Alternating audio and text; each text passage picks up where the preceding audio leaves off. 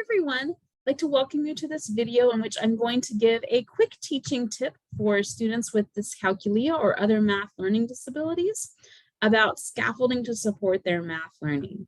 And I'm really excited that you're here and thank you for watching. So as a quick overview of what we're going to talk about in this video, we're going to go over what scaffolding is, why does it help, how to use it, some tips and cautions, and then at the very end, I'll share some additional resources as well as the research references for this presentation. So let's get started by me telling you a little bit about my background, just so you'll know who I am if you haven't seen any of my videos before. My name is Dr. Nicole Caldwell, and I know you can read this all on the screen, but I am a special education teacher and I have a master's degree and a PhD in special education. And I've been working with kids on the autism spectrum as well as other learning differences, probably for somewhat over 16 years. I've kind of lost count at this point, in both schools and home settings.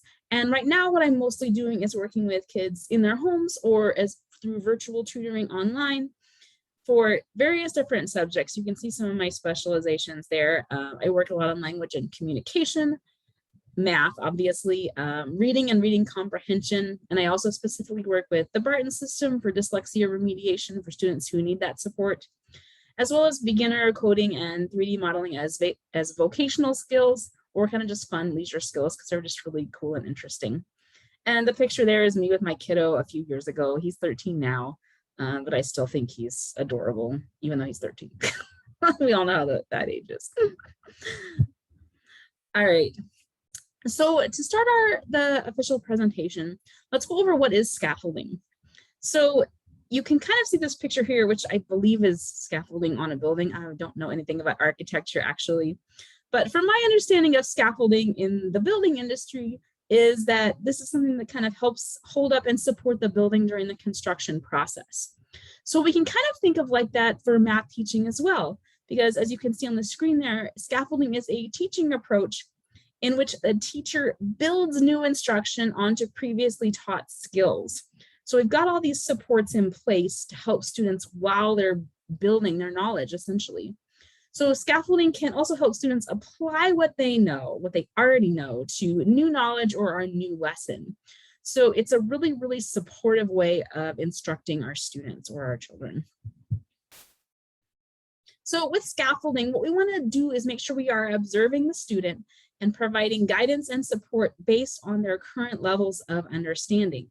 So what we are going to be doing with that is either increasing or decreasing guidance and support that we're providing based on the student's developing skills and knowledge. So we're constantly observing our students or our student or our child to see exactly what they know, where they need more help, where they need less help, and adjusting what we do based on what they need and how much support we're going to provide.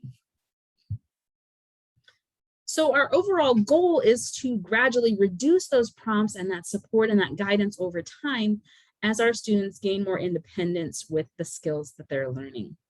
And if you're familiar with special education and the term prompt fading, it's very similar to that, in which we start out with more prompts in the beginning of our initial stages of teaching, but we want to make sure that we're fading out those prompts or gradually reducing them over time so that the student gains more independence and doesn't become dependent on the prompt long term. So it's similar to that process if you're familiar with that term. All right, so I'll just touch briefly on the theoretical foundations for this approach. Being a PhD person, we like research a lot. I read research for fun on the weekends. And so one of the theoretical foundations for scaffolding is Vygotsky's I don't know why I can never say this word, socio-cultural theory of learning and the zone of proximal development. So I have the formal definition of that written in my notes, so I'm going to glance down at that. But the zone of proximal development has been defined as the distance between the actual developmental level that a student has and the level of potential development under the guidance or in collaboration with a more capable individual, which in this sense just means someone who already knows how to do the skill, like a teacher or a parent that's going to work with them and guide them to their potential on this topic. So like the scaffolding on a building, the assistance that we're providing is going to expand that zone of proximal development as well as we gradually remove that scaffolding over time. Apologies for looking at my notes, but I have not read Vygotsky in a very long time, not since I got my initial teaching certification, I think actually, but we studied it a lot then. So it does have some theoretical foundations to support it, which is important just to make sure that you're doing something that is demonstrated to be effective. And there's a lot of research on it that is more modern as well, which you'll see in my reference list. I believe this is from 1978, initially. So there's a lot more modern research on it as well that you can check out in the reference list, but that's kind of the foundation or the base of it. All right, so why is scaffolding helpful? A lot of these will probably seem pretty obvious based on the definitions we already gave, but I'll just discuss a little bit about why these are important and kind of reiterate the points. So number one there, scaffolding allows students to complete a math task with assistance while they are learning the concept or the process. So students are going to feel really guided and supported along the way, and that's going to really facilitate their learning because we are giving them assistance, but not, pushing them out of the nest too soon, I guess you might say, metaphorically speaking. So they're going to have a lot of assistance along the way to support their learning. Number two there, it helps students make connection between prior learning and the new topic. So it really builds on what they already know. And we want to help them see those connections between our lessons and activities so that we're not essentially feeling like we're starting over again every time or reinventing the wheel. We want to show them how what they already know can help them learn new things. Number three, it gives students the time to learn the skills gradually and step by step. This is going to be really important for a lot of our students with dyscalculia or other learning differences. They may need more time than other children may. They may need more repetition. They may need more practice. And it's okay to go at a slower pace and go step by step if that's what they need. And this process of scaffolding allows us to really focus on that and taking things one small step at a time. And number four, it may reduce anxiety and uncertainty during lessons. So because students are feeling really, really supported is our goal here. And we really want to watch out for anxiety with our students because that can have a lot of impact on their learning. And I know a lot of kids who have dyscalculia or other learning differences have, perhaps had some negative experiences at school or felt really frustrated that other people were getting it when they're not. A lot of them even feel stupid, which is so sad. That's what they can kind of feel like though. But when we are watching out for that, we want to make sure that we are designing our lessons in a way that is very relaxed, supportive, calm, because anxiety can have a really detrimental effect on your working memory and other aspects of your educational performance. But I will just want to add on to that. I'm only looking at that from an educational perspective. If you have concerns about your child having anxiety or anything like that, I would always talk to a mental health professional. That's not something I am licensed to have any say in or expertise on. So if that's a concern that you have for your child, I would always talk to a mental health professional about those concerns, just as a little note. All right, so we've kind of talked about what scaffolding is and why it's helpful. So here's a few tips on how to actually start using it. So in a lot of the research that I've read, there are, really long step-by-step procedures, and you can get into a lot of detail about that. I'm going to just kind of give an overview of some tips that you can start using right away. If you want to dive into more of that, I would check out the research references at the end of the presentation. A lot of them are not, super scary, intimidating research articles. They're very user-friendly articles that are helpful. So if you are interested in, getting a more step-by-step breakdown, check out the references section at the end. But I'm going to give an overview of some of the main steps. So the first step that you'll often see listed or described is to start the lessons at your child's current skill level or just above. We really want to the greatest extent possible, know exactly what the student does and doesn't know, where any misconceptions are, so we can start our instruction at a place that's not too hard. I almost feel like it's better to start a little bit too easy than a little bit too hard because they're not feeling discouraged right away. Unless they're getting bored, then you can maybe ramp it up a little. But I think it's better to start off where you know they're going to be successful and then gradually build it up from there. So I have listed there a few ways that you can kind of help figure out exactly what your child does and doesn't know about any specific lesson topic. You may have already had formal diagnostic testing done with your child where they are given some standardized math tests, and then the evaluator will generate a really detailed report that says, you know, which subsections of math your child is stronger in or maybe weaker in, and it will tell you a lot of good information to have. So if you've had that done, this is not news to you, you know how those work. But if you haven't had that done, it can be really helpful to get an idea of exactly which skills your child is stronger on or weaker on. And so if you have access to that information, that's great. If not, there are other things that you can use, and you probably will use these anyway, even if you have that testing.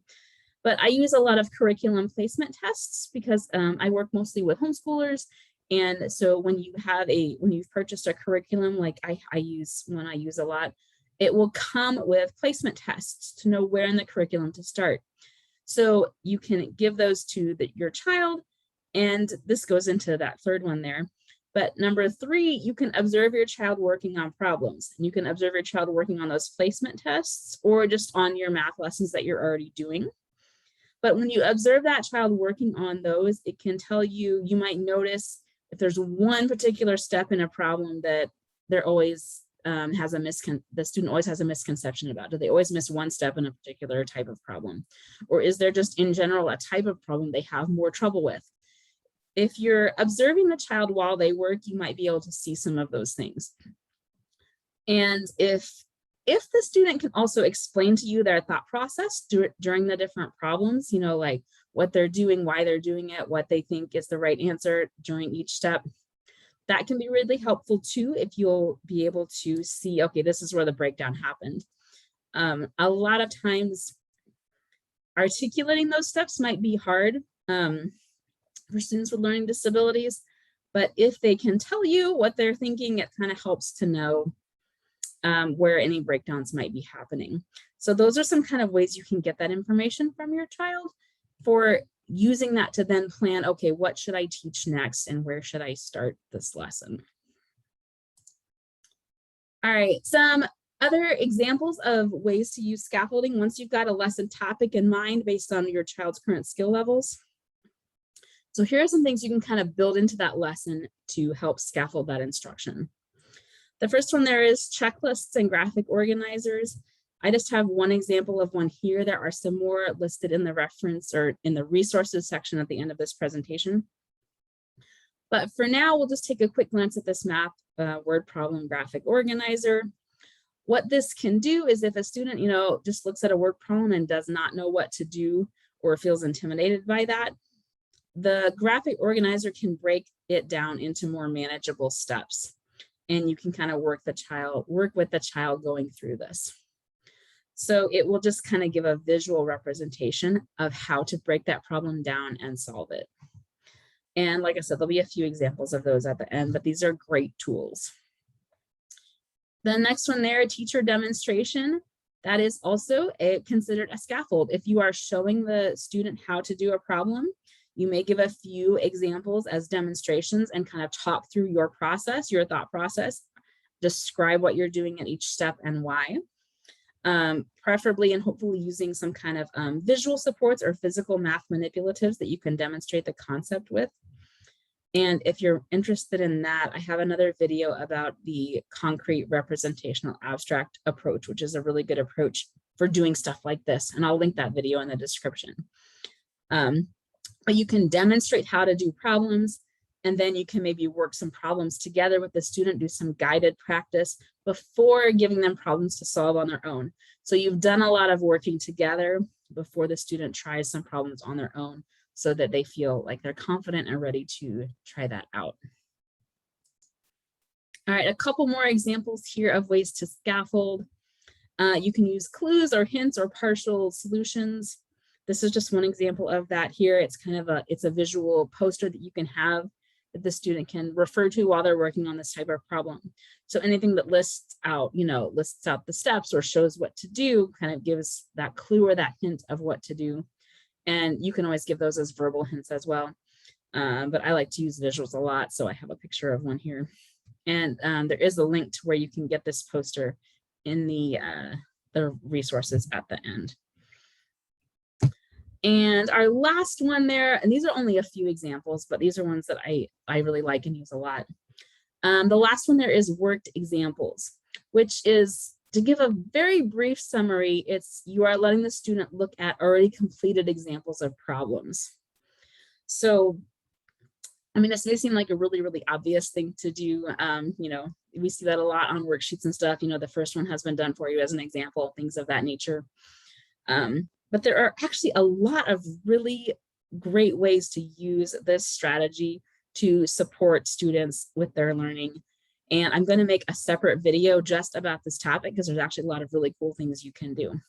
But for now, as a quick overview, when you're giving a student a worked solution, basically what we have here is a solved problem with some visual prompts added in. And these can be things like, we can use, text like you see here. We've written out combine like terms as kind of a text clue. You can use arrows to point to relevant things in the problem that you think a student might miss or might need to really draw their attention to. You just draw an arrow to it. You can use color coding or highlighting to, highlight relevant parts of the problem that you want to draw their attention to. And so they can see those while they're looking through the worked example so that they really see, okay, this is how we do it. And you see there, they've given the written instructions. They've even circled, the like terms to draw your attention to that. And then we have the written answer there.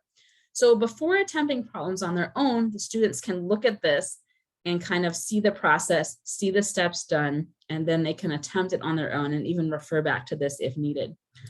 There are a lot of really cool things that you can do with that too to help students develop their own problem-solving process and how to articulate and describe the steps to problem solving. But since there's a lot to that, I'm going to make it into a separate video. And I'm really excited about that video because I think this is a really great strategy that can be really helpful. All right, we're kind of rounding the home stretch, if that's the right baseball term. I'm not a sports person, but I wanted to give a few tips and cautions about using this strategy. So the first one there is to not remove the scaffolding all at once or too early. Gradually decrease the prompts and supports and gradually increase the steps the student is responsible for independently. The keyword there being gradual. I personally believe it's better to go too slow than too fast, unless the student, you can tell that they are actually bored and ready to go faster. But I always like to err on the side of caution and go slower, because then the student is more likely to be experiencing success at every step. And we don't accidentally go too fast or go, too much, pull that scaffolding away too soon. And then, that can take a hit to their confidence. So it is my preference that it's better to go slow than too fast, unless you know that they're really bored and ready to go on. In that case, please do. But all right, next tip, give feedback for correct processes. So it says praise or acknowledge the student when they complete problems or steps correctly. Summarize with specifics in order to help students develop an internal dialogue to self-monitor. So what that means is you want to point out what strategy that they use. If you see them, following the steps to something, you could say, hey, I really like how you, in that math problem, you did excellent. You did the exponents first, and then you did the multiplication or whatever. When you point out exactly what they did, or tell them, hey, I really like how you used the XYZ strategy by doing blah, blah, blah. It can help them kind of develop that internal dialogue. Oh yeah, so the steps to the XYZ process are this, this, and this, and I did those, great. So it can help them start to think about how to talk about or describe those processes. And then once they have, sort of internalized that, it can help them monitor their own problem solving when they're doing it more on their own. So if you can be really specifically describing things they did right, that might help them realize, oh yeah, this is exactly what I did right. And then I can repeat it again. So that is another tip. Next tip, keep it low pressure and watch for anxiety. I know we already talked about that some, but this says when steps are taught gradually and we start instruction at a level where students will be successful, they may feel less apprehensive about trying it. Also emphasizing that making mistakes is part of learning. I know a lot of students take that really hard. But if you kind of try to develop the overall attitude that making mistakes is part of learning, that's okay.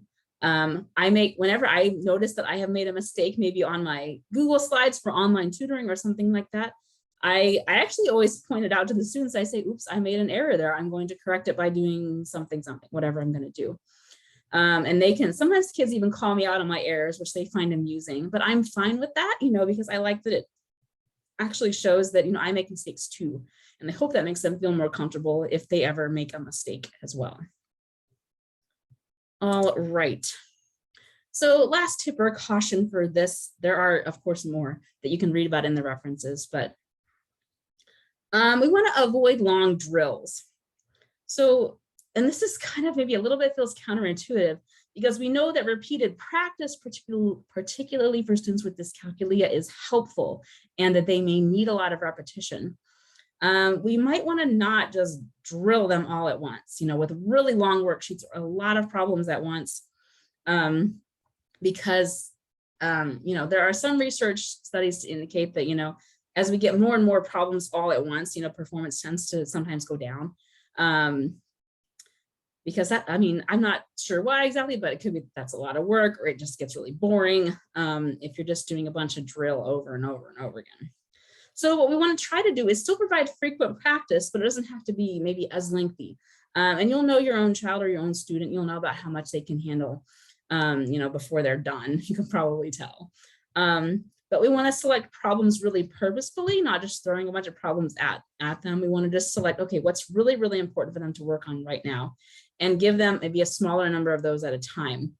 But you can either, do it multiple times throughout the day then, or make sure you're doing it every day. Find ways to get that repetition, but just know that don't give them too much. You'll know what their limit is.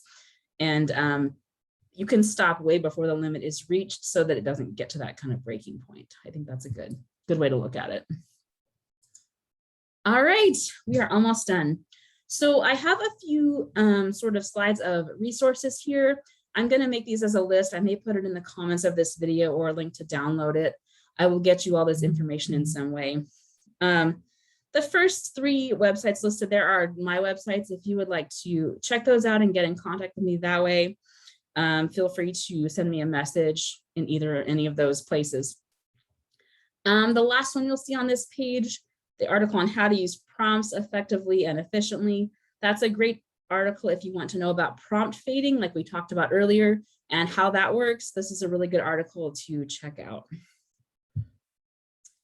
Let's see, these are the graphic organizers and posters I was talking about during the presentation. And I know the last 3 are free because those are on my page and they're free downloads. I don't remember if the first one is a paid download or not, but you can check those out there. And again, I'll have these as clickable links either in the video description or as a downloadable PDF or something, so you'll be able to click these. Last thing is the references. And again, I'll write these out so you don't have to worry about memorizing them or looking at them right now. But I just had a couple pages. These were the studies that I referenced during the presentation. And so that's about it. I really wanted to thank you for watching this presentation, and please feel free to send me a message or leave a comment, and I would love to talk with you. Thank you so much for watching, and I hope you have a fantastic day. I will see you in our next video. Thanks. If I can figure out how to turn the video off. Just kidding. Thank you again for watching.